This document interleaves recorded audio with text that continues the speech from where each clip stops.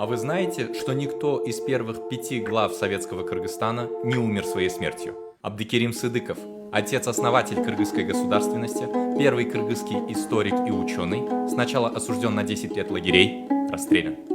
Иманалы Айдарбеков за свою независимую политику и противостояние с Москвой сначала снят с должности, а затем обвинен в национализме, расстрелян. Абдыкадыр Орозбеков. За время его правления уровень грамотности в республике подскочил с 15% до 70%. Впоследствии арестован как националист, расстрелян. Юсуп Абдрахманов. Благодаря ему были окончательно определены границы современного Кыргызстана. Он выступал с грандиознейшим проектом по созданию Карак-Кыргызско-Каракалпакской автономии от Иссыкуля до Аральского моря с центром в Джалалабаде.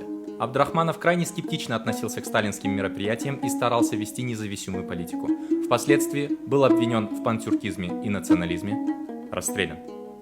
Баялы Исакеев вел обширную политику по ликвидации неграмотности в республике, расстрелян.